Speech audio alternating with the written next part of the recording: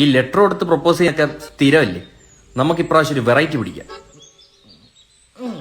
Class കഴിഞ്ഞ് അവള് പോകുമ്പോ നീ അവളുടെ പുറകെ പോകണം. എന്നിട്ട് ബസ് സ്റ്റോപ്പിൽ ചെന്ന് നിന്നിട്ട് നെഞ്ചത്ത് ഐ ലവ് യു എന്ന് എഴുതിയിട്ട് ഇതിങ്ങനെ തുറന്നു കാണിക്കും. ഐറ്റമണ്ടനെ കേട്ടപ്പോ തന്നെ ചാർജായി. ആവും നീ നെഞ്ചൊന്ന് തുറന്നാണേ. അങ്ങനെ ഞാൻ കാണിച്ചു കൊടുക്കാറില്ല. ഇതെന്തുകൂടെ ഇത് തൊഴിലുറപ്പുകാരെ വെച്ച് ചെത്തിക്കേണ്ടി വരുമല്ലേ. അതിലത് കൂടിയന്റെ കൂടെ ഇതിനൊരു പേര് പറയും, കരടി. ഇംഗ്ലീഷിലൊരു പേര് പറയും. അതെന്തോന്നു എന്തുവാടാ ഒരു സംസാർ? എടാ ഈ രോമം കുടുംബം ഒരു പേര് പറയുമല്ലേ. കൂടെ രാജൻ. നിന്റെ തന്ത. ധൈര്യം ഉണ്ട്, ഒന്നുകൂടെ വിളിടാ. തന്തയ്ക്ക് വിളിയൊക്കെ ഇത്ര ഇഷ്ടം. നിന്റെ തന്ത.